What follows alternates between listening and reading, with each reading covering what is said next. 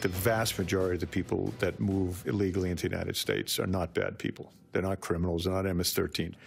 But they're also not people that would easily assimilate into the United States. They're overwhelmingly rural people.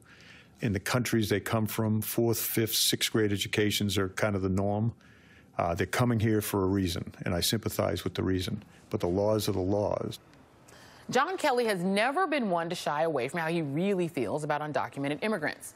Make no mistake, when it comes to immigration, he is of one mind with Donald Trump. But there's one person who apparently has not been in on the Trump mind meld, Homeland Security Secretary Kirstjen Nielsen, who oversees ICE. The New York Times reports that Nielsen very nearly resigned this week after Trump berated her in front of the entire cabinet for failing to sufficiently seal the borders. Back with me now, Malcolm Nance. And joining the panel, Tara Dowdell, business and political marketing consultant, Jason Johnson, politics editor at The Root, and attorney Raul Reyes. Thank you all for being here. So just a little bit of the statement that Kirstjen Nielsen walked back the reports that she, reportedly wanted to resign because Trump didn't think she was doing enough to seal the border. She then issues a statement that says the president is rightly frustrated that existing loopholes and the lack of congressional action have prevented this administration from fully securing the border and protecting the American people. I share his frustration. Raul, I'll come to you first as an immigration attorney. Do we have existing loopholes that are preventing the southern border from being hermetically sealed? Look, what this administration and DHS is lately calling loopholes, that is the law. I mean, we have things in place under immigration law for asylum, for people, a refugee law that were deliberately created by Congress. And right. I just want to remind people that the jumping off point for John Kelly's comments was the crisis we have at the southern border. They're trying to defend this indefensible policy of separating women and children. And all of a sudden, they're shifting it to a debate about assimilation, which really has nothing to do with asylum law, because right. asylum law doesn't mandate education or skills, even a sponsor. It just mandates whether or not you're suffering persecution. It's dangerous for you to go home. So they're doing that because they know that this inhumane policy, which has been denounced by every child welfare group, is horrendous. And not only that, it's been in effect for a while. And this administration, last year, the New York Times reported they've already lost 1,500 children that they placed out with sponsors or agencies. Lost track of them completely. They don't know where they are. That's 1,500 children that are missing.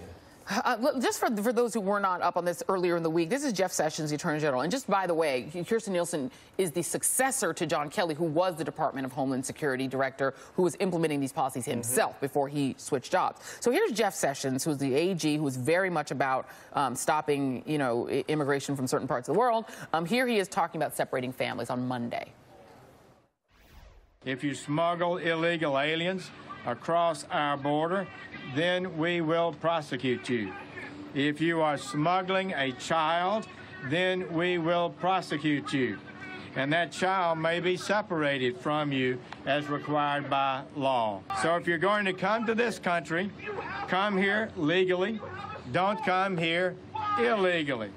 I'm not sure who we heard yelling in the background, but I'll just throw that open to the panel. I mean, they're not shrinking back from this policy. This is what they want to do. No, this is what we have been saying all along about white nationalism. If we're just going to be candid about it. They're saying certain parts of people from certain parts of the world are somehow incapable of experiencing America the way other people have. Even though we know that John Kelly's great-grandfather was illiterate and was driving a wagon in the early part of the 20th century. Yeah, he's Italian and Irish. Yeah, Italian and Irish, but somehow they were able to assimilate. People in Trump's family were able to assimilate. Apparently, illiterate people from all parts of Europe created America in the early part of the 20th century, and they could assimilate. But when it comes to brown people from South and Central America, suddenly it's a problem. We know what this is about. It's like they have a department of hatred and heartlessness now, and they're taking out trials to see who's going to be the director and the assistant director. Nielsen, by the way, her statement that she, was going to resign. She almost resigned. It wasn't over the policies. It was over the fact that she had been publicly humiliated by Donald Trump in a meeting. She doesn't care about taking away children from their mothers, okay? I mean, this whole thing, and along with the concept of building a wall, I come from the national security side of it. Look, General Kelly couldn't seal a border between Afghanistan and Pakistan with terrorists flying back and forth across it every day. You're not going to be able to secure it. This is not the Soviet Union. We don't put up iron curtains. This is the United States of America. We actually have these things called laws. People actually own property down there, and they don't seem to care at all about it. This is just, let's be honest about it. It's a form of institutionalized bigotry based on racism against people coming from the South. Yeah. And until we recognize that, they will keep insisting that this is the top national security priority of the United States. And Tara, just to make that point, so if you look at where the countries of origin are for unauthorized immigrants in the United States, 6.2 million from Mexico. Caveat that Mexico used to be like half of the western United States. Right. There are a lot of people that were already there. But anyway, 6.2 million from Mexico. Then you go to Guatemala, El Salvador, Honduras, and China. So that it is a brown immigrant that they see as an invasion, right? Right.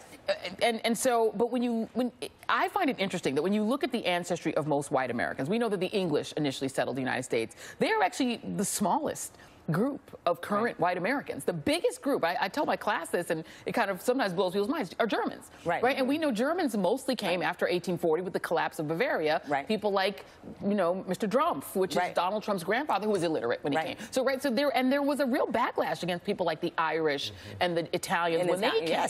Laws passed to stop them. So it is interesting that you have, a group, most Americans are from these post-founding cohorts. But then there is this sort of, I don't know. What do you make of it? But I mean, I don't want to just replicate the points that were made, but it's steeped in white supremacy because there is no other explanation for it. Because they to your point, if you're coming from Denmark, there's no problem, right? If you're coming from Sweden, no problem. And so I do think, though, the issue here is that Democrats need to be more outspoken and not allow this debate to be on the terms of the Republicans. There needs to be more pushback from Democrats, more messaging from Democrats around these issues, because right now I'm starting to hear people who are not necessarily aligned with Trump saying, well, what's wrong with the fact, why wouldn't we want to secure our border? And so the issue has become obfuscated by the Trump administration, which is their goal, because for them, for his base, this is their number one issue. It's a mobilizing It is a mobilizing, and he is not. And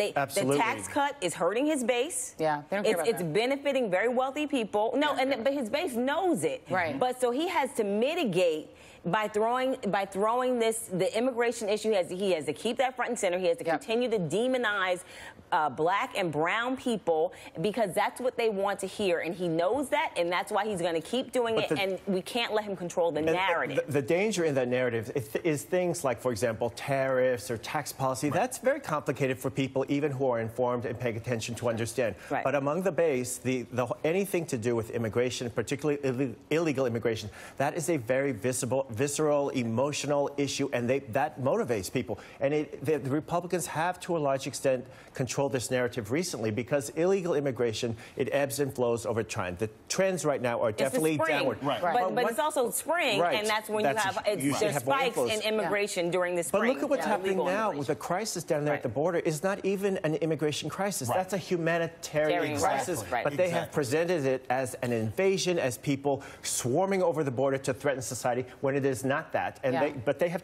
shifted that whole story. And the compassion argument doesn't work. No, not at all. The compassion argument doesn't work. And also, this is something about what's being signaled from the Republican Party. I am tired. I saw this. There's a great quote on Twitter. When you hear Kristen Nielsen's like, oh, I almost quit, and Sessions almost quit. It's this grumble bragging. I'm so tired of this Trump administration. They always but they're never actually going to quit, because they're in line with these policies, and they're pretending that they're resisting them when, in fact, they have no problem with kicking any black and brown people out of this country. You know what bothers me the most is that this story has been heard before. This is 1939. And the America First movement, the isolationist movement in the pre-World War II area, and the American Bund. It's all been said before. Well, we have to go, but I just want to give Raul one final word on this, because as the attorney at the table, is there anything that these children can do? Or these parents, I mean, because children can't do anything, little kids. Yes, they do have legal rights, under asylum, and actually undocumented people have rights of due process. The problem is, in reality, on the ground, they're dealing with a foreign system. It's very hard to navigate without a lawyer, so they have these rights. It remains to be seen whether the majority of them can exercise it, and the children, you really need them to be together to make you a successful asylum We've talked claim. about separated moms and kids in the show. It's wrenching, the idea of a little child without their moms and dads. It's really Anyway, Malcolm and Tara are sticking around. Thank you very much, Jason Johnson, Raul Reyes. More AM Drive after the break.